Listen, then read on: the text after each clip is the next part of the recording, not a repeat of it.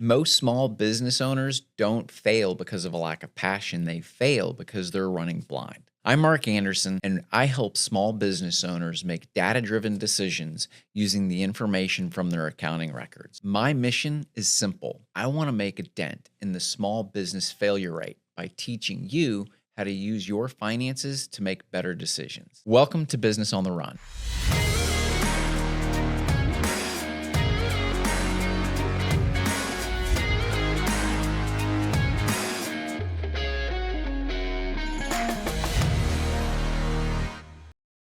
Welcome to Business on the Run with Mark Andersen, and I am so excited because I have Lisa Cruz with Cruz N Cars with me today. So I can't wait. Lisa, great to see you. Good to see you. Great to see you. Thanks for being on the podcast. You've got a lot going on. We were talking a little before we started recording about all of the different things. I know. That I was you like, have. wait, let me be quiet because I'll just tell you everything. Talk about it during the show, right? Yeah, So we'll where do you want to show. start? Do you want to? Why don't you start off by? I tell you what. Tell us about. I had Ricky on not too long ago. Okay. Who obviously your hubby. Right. You're his better half, right? Okay. I'll just go ahead and say that right out of the gates. But you guys have been doing the Cruz N Cars thing for a long, long time, Yeah, and I've known yeah. you guys now really since I hit the Pearland community in Yeah. 2018 or so. Was when I've lived here a lot longer than that, but that was when I kind of started doing business. Uh-huh. But I met you guys right out of the gates at probably a ribbon cutting somewhere. and- Somewhere. I'm not even sure Yeah, where. I know it was through the Chamber of Commerce. It was. It for was. Pearland. But tell me about like just you and Cruz N Cars from start to finish. How you Okay. and Ricky got started Okay. in the whole thing. Well, I was a registered nurse. I was a registered nurse for 25 years. Somewhere along, obviously in the end, somewhere along the way, I just kind of lost my, people call it compassion fatigue, where I just was like so burnt out, so done. And I found myself just really not even there or with it, or something awful was happening. And I was just kind of like, whatever, another day.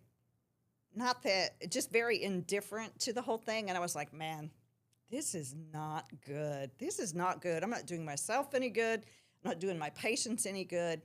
And so then I tried to figure out how to make an exit. And so I tried a bunch of different things, not a bunch, but I tried being a legal nurse consultant for a little while. I tried being, and not that I failed at them, but I just couldn't figure out how to leave that career and replace that income. Tried being an IV vitamin therapy nurse. Anyway, doesn't matter. I don't have to go down the list of things that I tried, but I tried some multiple, segue into hospital nursing and the type of nursing I'd been doing into a different type of nursing that was more entrepreneurial. And so as I'm growing these businesses and dumping time and effort into these businesses, I realized, what am I doing? I'm basically helping grow someone else's business. Because like with the IV vitamin therapy, a certain cut of what I was earning had to go to the med spa that I was working for, which that's just how it works. But why am I growing this to benefit them when we have our own business? And I wasn't a part of the business hardly at all at that point. But Ricky had been in business for 20-something years at that point. And I said, you know what? I'm going to help him grow this business. And he was like, no, you're not. You're going to keep your butt over there in nursing and have a stable income and have benefits and have all these things that a job gives you versus an entrepreneur. So I quit my job, and Ricky was not happy. But anyway, I jumped right. Like I said a minute ago, my method is, it's strategic, but it's chaotic. It's like, this is what I want to do, and I'm going to do it. And I just jump right into it, and I figure it out, and I have a goal in mind, and I strategically made that decision. But once I make it, it's like, it's on. We're going. Come on. There you go. But anyway, so we started off in a 2-car garage, and then we outgrew that space. And so we went to I don't know, it was maybe 4-car garage. And then we were outgrowing that space. Kind of like, what is that saying where success is when opportunity meets preparation? It was because we were headed that direction, and we were moving to a bigger shop, but we just weren't sure where we were going, and we were looking, and we weren't really finding anything that was of any, like, it was really going to work. And then a business around the corner was getting ready to foreclose, and we jumped on it. We jumped on it before it foreclosed, but the only problem was it had flooded during Harvey, and it had sat there for 2 years. It was damaged by the flood. There was still mud. There was no walls. They had cut down, they cut down the drywall. And I'm talking like waist deep water. I'm not talking like a little bit of water. I remember. So anyway, once again, let's do it. And we had no idea what we were doing. We did, but we didn't. We really had no idea what we were getting ourselves into. But we learned how to paint. Well, we painted, we drywalled, we hauled junk, hauled trash. Anyway, the whole thing. And now it is what it is today. And you've got a new location. Yes. Okay, here we go again. Opportunity. Now, we were prepared for it, and it was a strategic jump, but nonetheless, it was a, come on, let's do it jump. State inspections about a year ago went from you needed a safety inspection and you needed an emissions inspection. But then Texas changed their laws, and now you only need an emissions inspection. So the man that owned our building, he literally overnight, he lost half of his income because it went from like roughly $40 an inspection to now he was only going to make $18.50 an inspection. So obviously he was like, oh, I'm out. Like, I got to go. I'm literally losing half my income. Because that was all he did was inspections, That's right? all he did was inspections. And so we saw the opportunity. We jumped in, we purchased it, and then we expanded. So that we do inspections, but we do brake jobs, alignments, flushes, oil changes, all that sort of stuff. Once again, we bought an old building. It was a 1970s Chevron. Our other one wasn't old, or our first location's not old, but it was damaged. It needed repairs. So here we go again. We're like 1970s Chevron gas station. Alrighty then, let's start cleaning it up. But it wasn't structural. It was like pull out the weeds, paint it, clean it up. And it's now, a night and day difference, which you guys and did. so we'll have to get the pictures and put it out there. So anyway, that's our story. That's where we're at. Tell me more about your role, though, specifically, because most of it was around marketing and social media, was it not? Or? Yeah. Well, when we started, I ran the front desk. I handled the customers. I handled the phones. I handled the books. I handled marketing. Like, I was just a jack of all trades. Had, like, I don't want to say no clue what I was doing, but it was a very much on-the-job training. Yeah. And figure it out. And nobody trained me. I just figured it out. So, and then eventually, slowly over time, we just started adding more and more staff. To now, I went from, like I said, answered the phones, handled the customers, did all the bookkeeping, did all the, like, just about everything except fix the car. Right. Diagnosed the car, fixed the car. That was Ricky's part. And I pretty much did everything else in the background.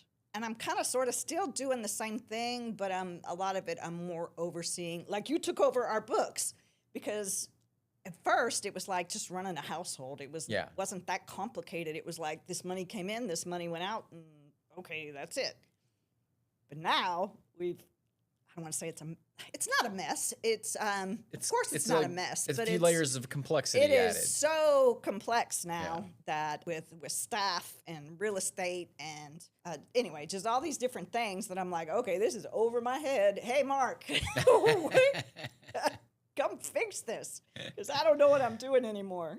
That's fun. That's fun. I love hearing your perspective as well as Ricky's. It's great to kind Yeah, of marry those I'm sure two. he has his own like version of it, but then that's my side of it is just having a corporate job and a corporate career, a 6-figure income, and then I left it and I had some savings, but that savings did not last anywhere near as long as I thought it was going to, and it took us longer than I realized to get to the point of replacing that income.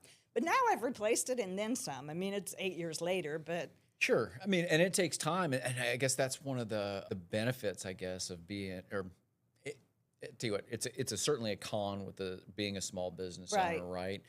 But the beauty of it is that you can give yourself a raise if you go out and work for it, yep. right? I Yeah, mean, absolutely. Because if you, so you're trading your time for income, but you only have so much time. So you could like you can never, you hit a ceiling, you hit a cap, you hit a spot where there's just no way you could possibly earn more money.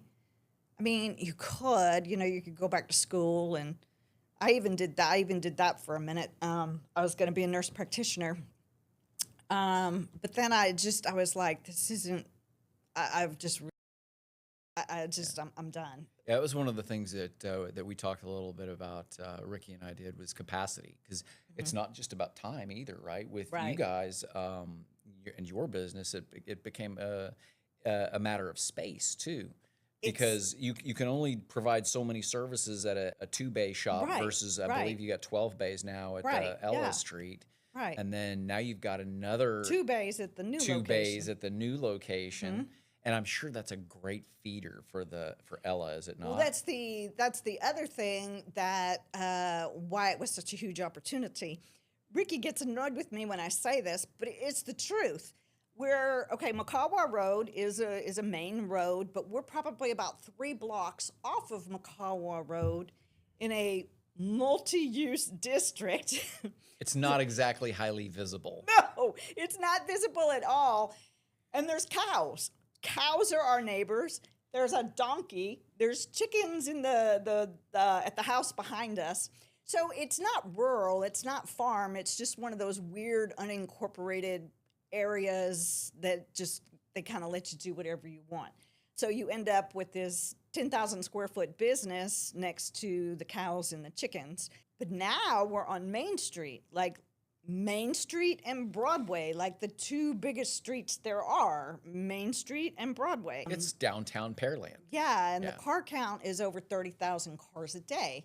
So we go from cows to 30,000 cars a day. So yes, the 2 feed each other. They definitely feed each other, because the smaller place is more like a Jiffy Lube, and then the larger place is everything, engines and transmissions, because we're not going to do an engine or transmission over at the inspection station. But anyway, so yeah, they feed each other. There's jobs that belong at the big shop, and there's jobs that belong at the little one. So one of and this is kind of, I think, probably pre the new shop on Main, but you guys have really done a great job, in my opinion, of branding Cruz N Cars. I mean, you guys have, and that's really largely due to your activities, is it not? I think so. I just kind of take Ricky for who he is and brand him. And then, of course, brand myself, too. It was deliberate, but it was also kind of just happens naturally of that is truly who he is, and that's truly who I am. And then it's truly who we are as a couple. But like you said, just truly created a brand. Like, who are these 2 people? And just took it and ran with it. Social media, being out in the community. Sure. Pre-COVID, we had Fajita Friday, and then COVID got rid of that, and then we never started back up. No plans to do it again? We keep talking about it, and we were talking about it right before we bought the second location. But then, of course, we're spending all our time on this second location. There's no way we can revive Fajita Friday in the middle of all that. But yeah, for I don't remember how many years, probably 5 years, maybe even longer. For 5 years, every single Friday, fajitas. Yeah. Rain or shine, no matter how cold it was, no matter what. I remember. I was out there plenty of times.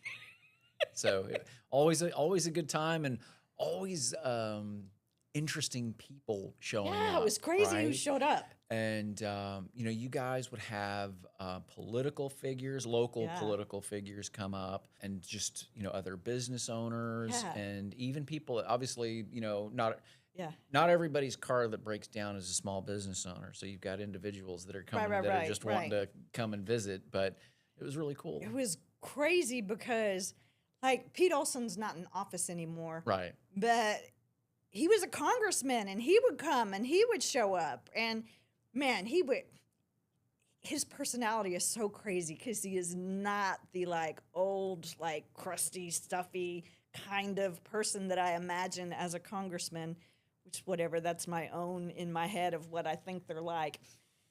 Anyway, him and Ricky, I mean, Pete Olson, he just, oh man, he gets on Ricky, and they hit it off, and they're two just off the wall personalities who just clicked, and they messed with each other.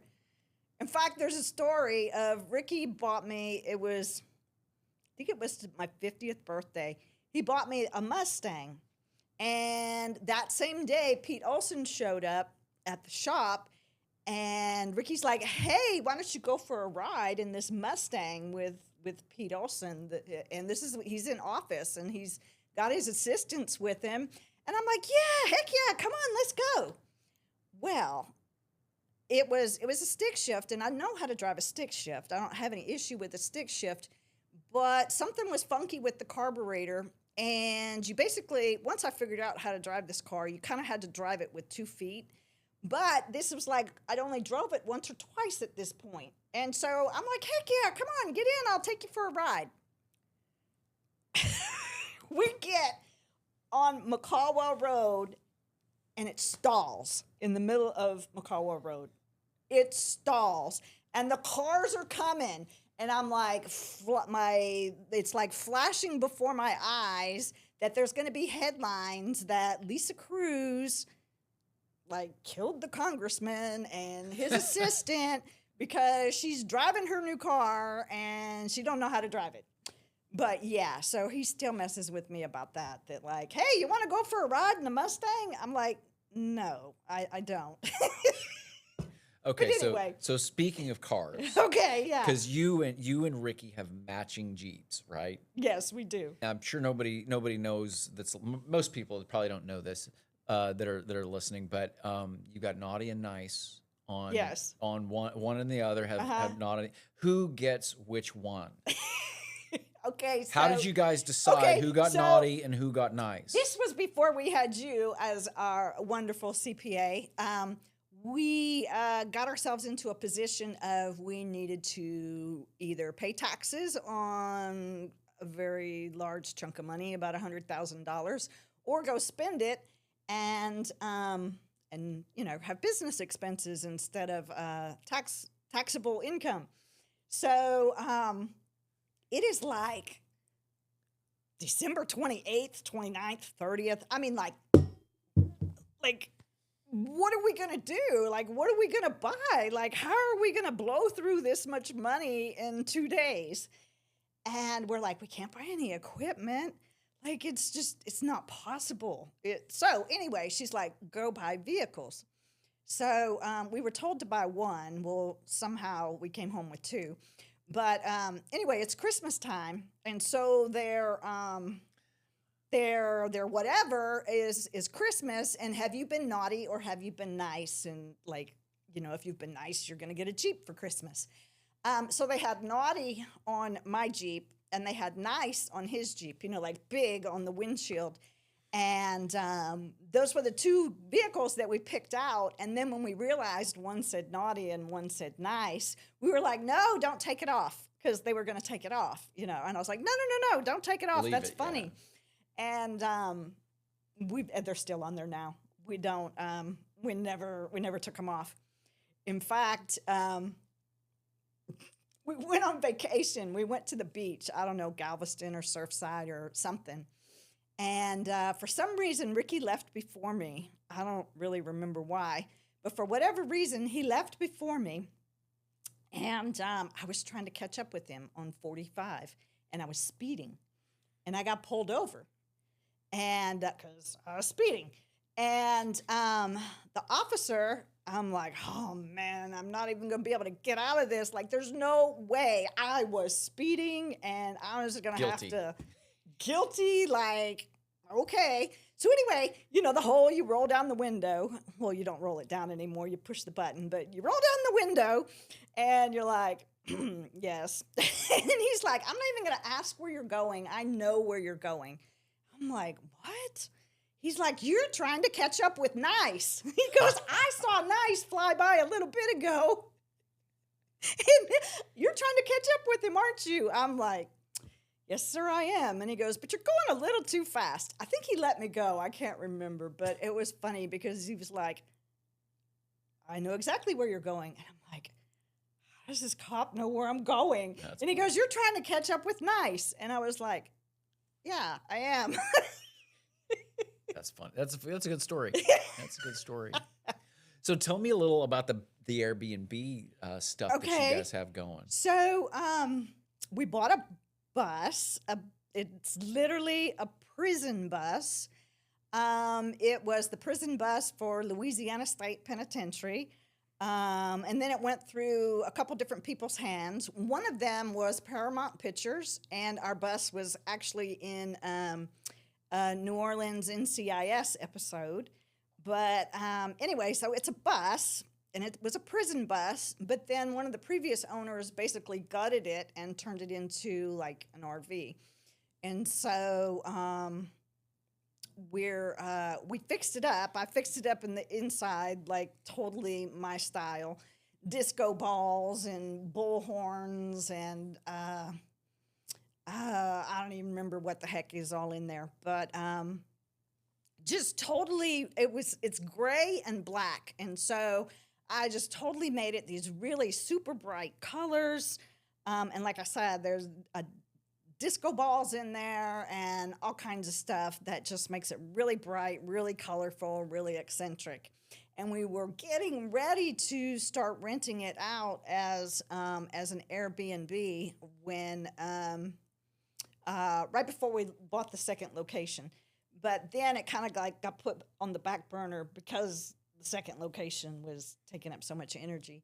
But now we're starting to slow down, and it's probably time to start ramping that back up because it's there. We own it. We did it all up, and now it's time to.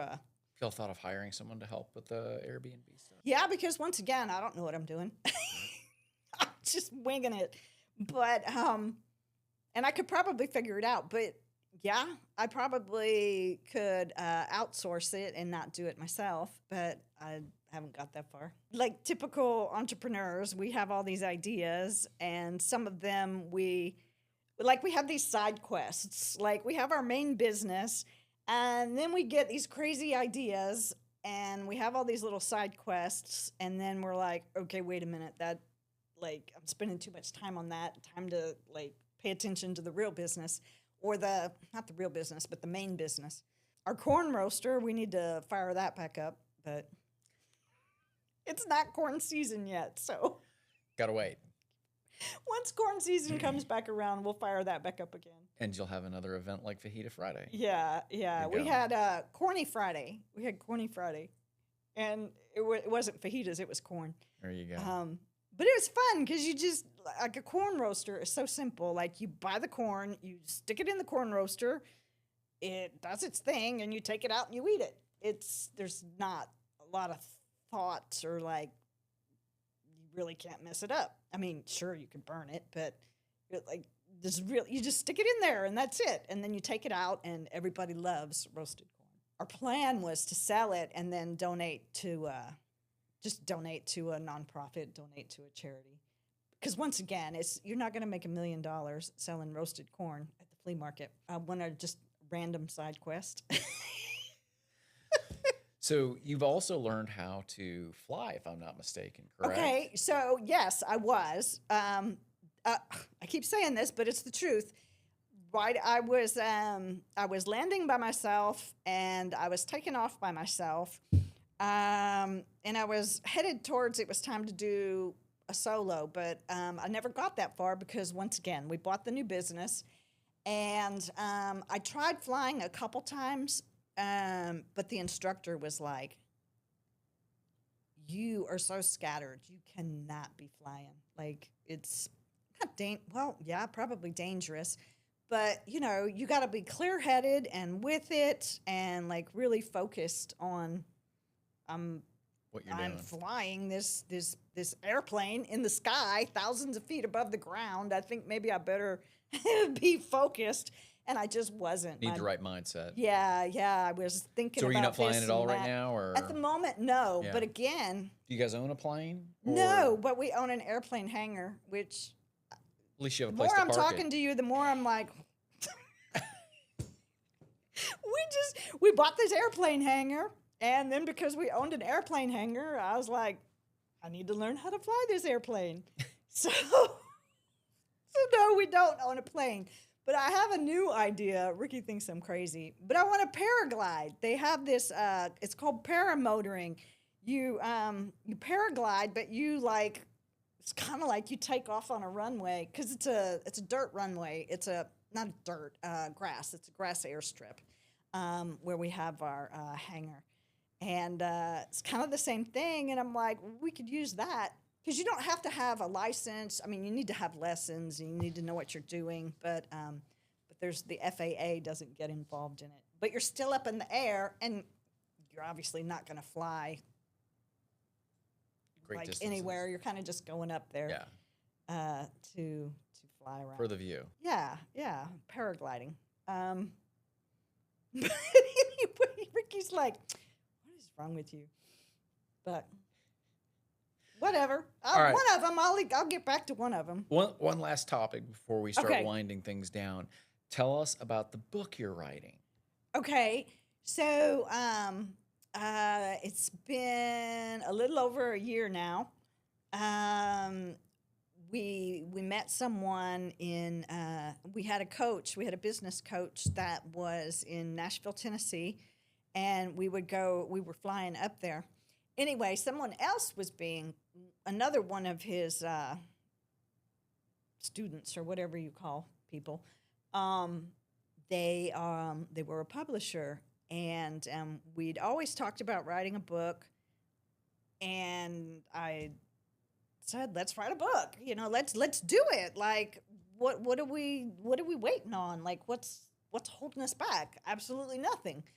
But then I sat on it for like a year because I just like didn't really know where to start. I had so many ideas that I didn't know what to do with it. Anyway, it's the first 4 chapters have been to the editor, and now the other 6 chapters are with the editor, and I'll eventually get it here, hopefully soon, get it fully edited and fully ready. For me, it's from survival mode to design mode. Like, you're just living life, surviving, trying to get through every day, and you're even before the business, raising my kids, and I had a baby when I was 16, and my previous marriage was awful. Anyway, so really I was just in this survival mode of I was just trying to get through life. And then, like a crazy person, I go quitting my job, and you're like living and breathing every minute of the day this business, trying to grow it. In fact, we lived in the shop for 3 years, like literally lived in it. But anyway, so in survival mode to trying to come out the other end where you're like, I'm not just surviving life. I'm saying this is what I want out of my life, and then going and getting it and doing it. And it's like some of it is the mental work that it takes, and some of it is the physical work. And then some of it is just letting go of control. And I'm still not there because you tell me all the time, Lisa, get out of QuickBooks. You don't belong in there. At least Melissa does. She's like, what did you do? Why are you in there? Get out. Anyway, so learning how to give up control and delegate and let other people handle the things that you just think you're so good at, and you need to do it. Just to come out the other side of it and say, this is who I am, and this is what I want out of life, and I'm not just surviving anymore. I'm finally to a point where you can design the life you want. Sure. And is that what the book is about? That's what the book is about. It kind of, like I said, it's kind of evolving and figuring itself out as I'm writing it. But yes, it's kind of like, it's a mix of a business memoir and an autobiography, and it talks about growing a business, but it talks about, coming out of trauma and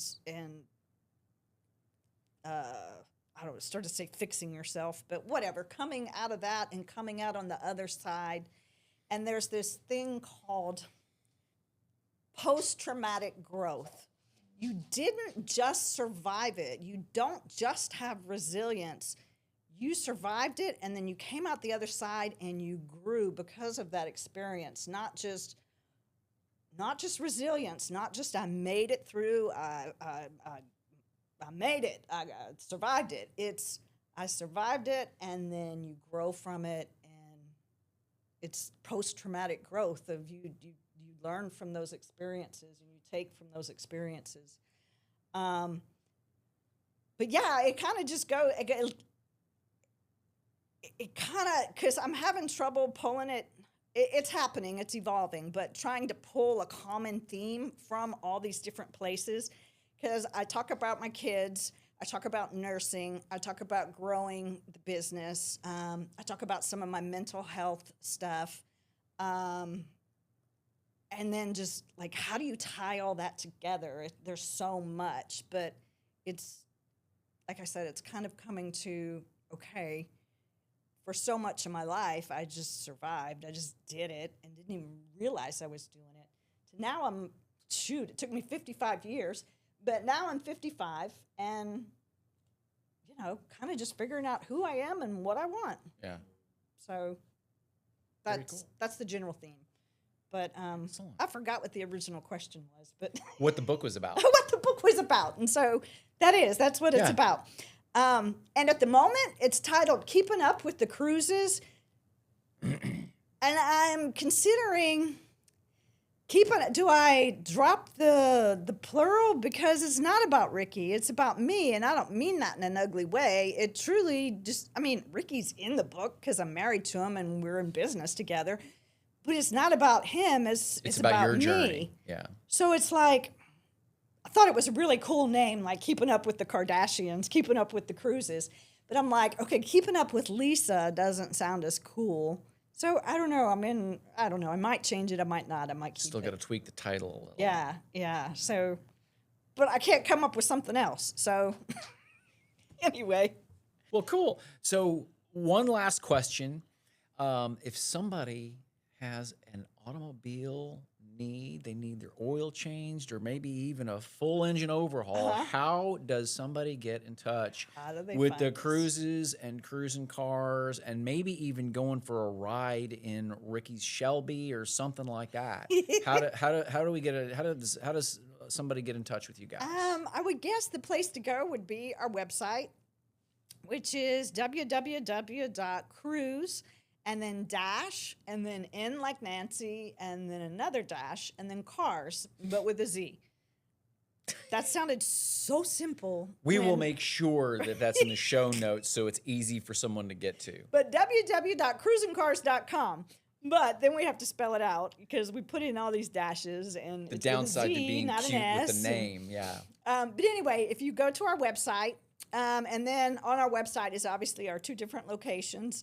And like I said, our smaller location on Main Street is an inspection station /